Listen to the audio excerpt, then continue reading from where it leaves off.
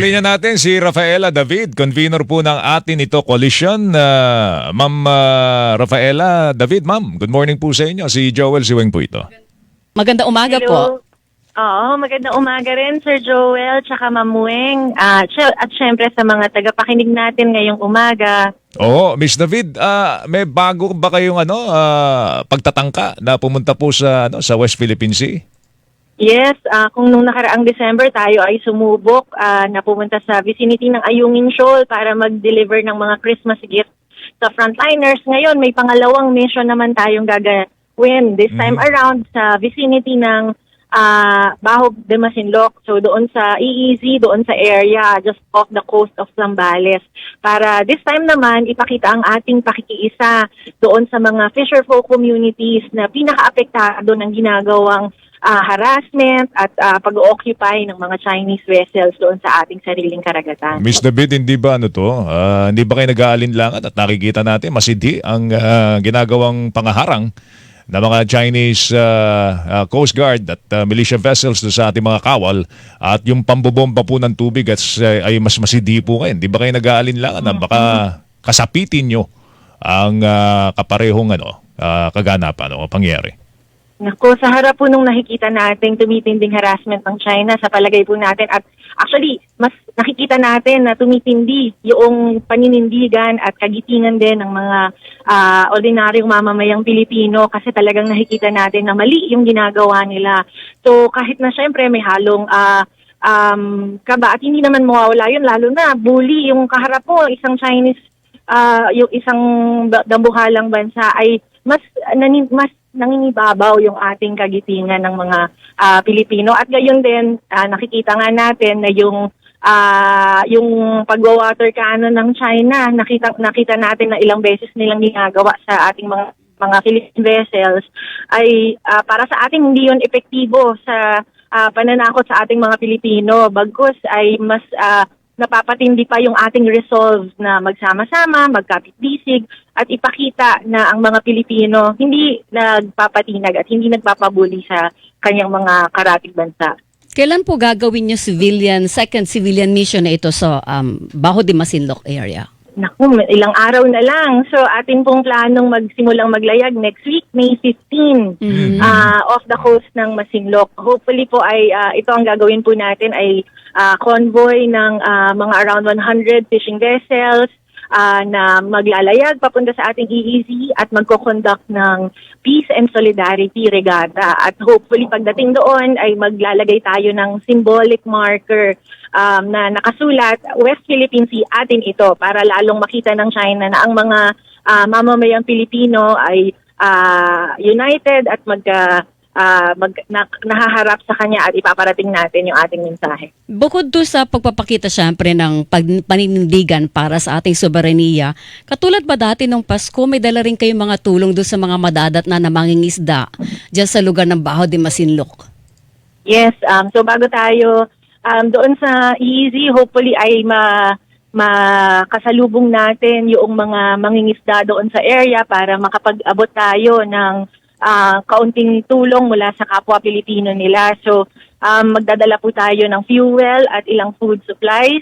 Lalo na, syempre yung mga mangingisda po doon, ilang araw din sila nasa laot. So, mahalaga pong yung mga dala po nating donasyon galing po sa mga Pilipino sa iba't ibang parte ng Pilipinas. Dito mapapakita po natin yung ating pagbabayanihan na yung mga Pilipinong wala man doon sa area, at least meron po silang naipabot na tulong sa pamamagitan nitong supply mission po natin. Noong December, Joel, napilitan yung first mission nila na umatras, di ba, Ma'am Rafaela? Kasi merong nangharang ng mga Chinese vessel, kung hindi ako nagkakamali.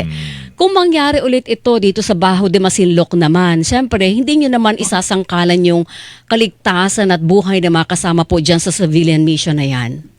Yes, priority po natin ang safety ng ating mga siyempre lahat. Teka, nawawala si ma'am.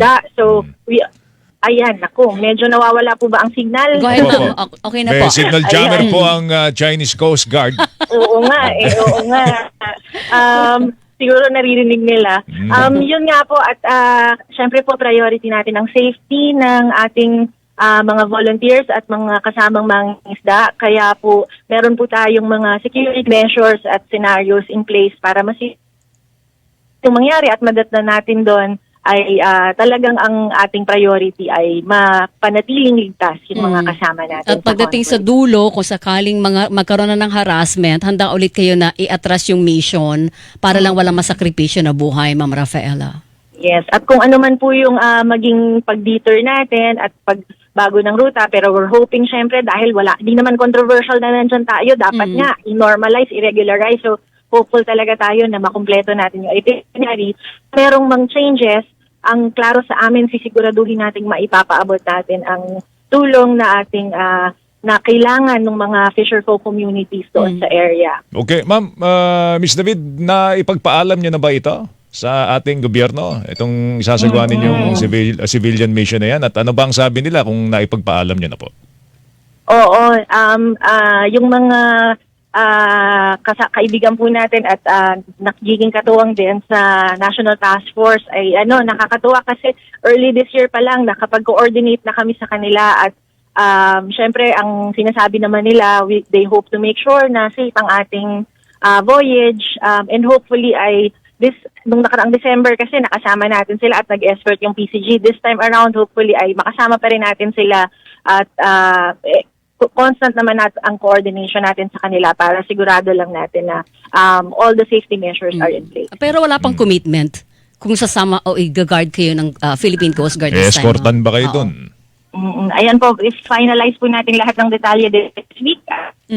Siyempre po lahat naman po ng mga plano natin ay ipapaalam natin para masigurado pong again, they make sure na safe yung ating mission. Yun naman din yung sabi nila kasi sa dulo, this is a civilian-led mission, pero they will of course make sure na safe yung mga mamamayang Pilipino sa ating teritoryo. Malaki yung grupo, Joel, 100 fishing vessel. Ilang tao lahat ang sa inyo pong head count? Yes, we're expecting around 200 volunteers. Uy. Medyo marami pa nga pong sumusubok mag-sign up at siya nag-email po sa amin kasi talagang may interest na ang mga kapwa Pilipino natin na ipakita yung kanilang pakikiisa doon sa mga affected communities. But ngayon po, nasa mga 200 para po kahit papano manageable din po yung ating magiging convoy. Sino po ang nagpapatid ng mga donasyon? Ano ba yan? Mga private individuals ba yan? Yung nagbibigay ng tulong dyan? Yes po, private individuals mula po sa mga ilang estudyante po halimbawa kasi nag-school caravan po kami and nag-donation drive with some students, so from individuals, mga community leaders, sectoral leaders, hanggang sa mga ilan pong mga foundations na nagpaabot. Meron din pong mga ilang mga civic association like Rotary clubs. So yung mga ganun po talagang malaking bagay kasi iba't ibang walks of life nag-aambagan para sa mga fisher folk communities natin. Alright, ma'am. Good luck Good luck po sa inyo. May significance ba? Yung May 15? Maliban sa sweldo, yung araw na yun. Nandiyan na si Judith. May significance Bakit ba yung May petya? 15? Oo. Oo. Ano po, itong month na ito, May, bukod sa, syempre, maganda yung panahon at summer, ito ay, Marian month. At ang Okay. pinagdadasalan po ng ating mga manlalayag, actually, Stella Maris, so si Mama Mary. So, yun po siguro, ayan. Yung significance, O sige, ma'am. Good luck, Ingat po kayo. Ingat po kayo at sana Babalitaan nyo kami, ligtas ang inyong paglalayag sa May 15. Opo. Gabayan kayo ng Maraming Panginoon. salamat po. Gabayan kayo ng Panginoon, ha? Thank you. Salamat po. Magandang umaga. Good morning, ma'am. Good morning, si Miss Rafaela David, convener atin ito coalition. Mga 200 tao pupunta ron. Oo, 100. Kikilingan, walang pinoprotektahan.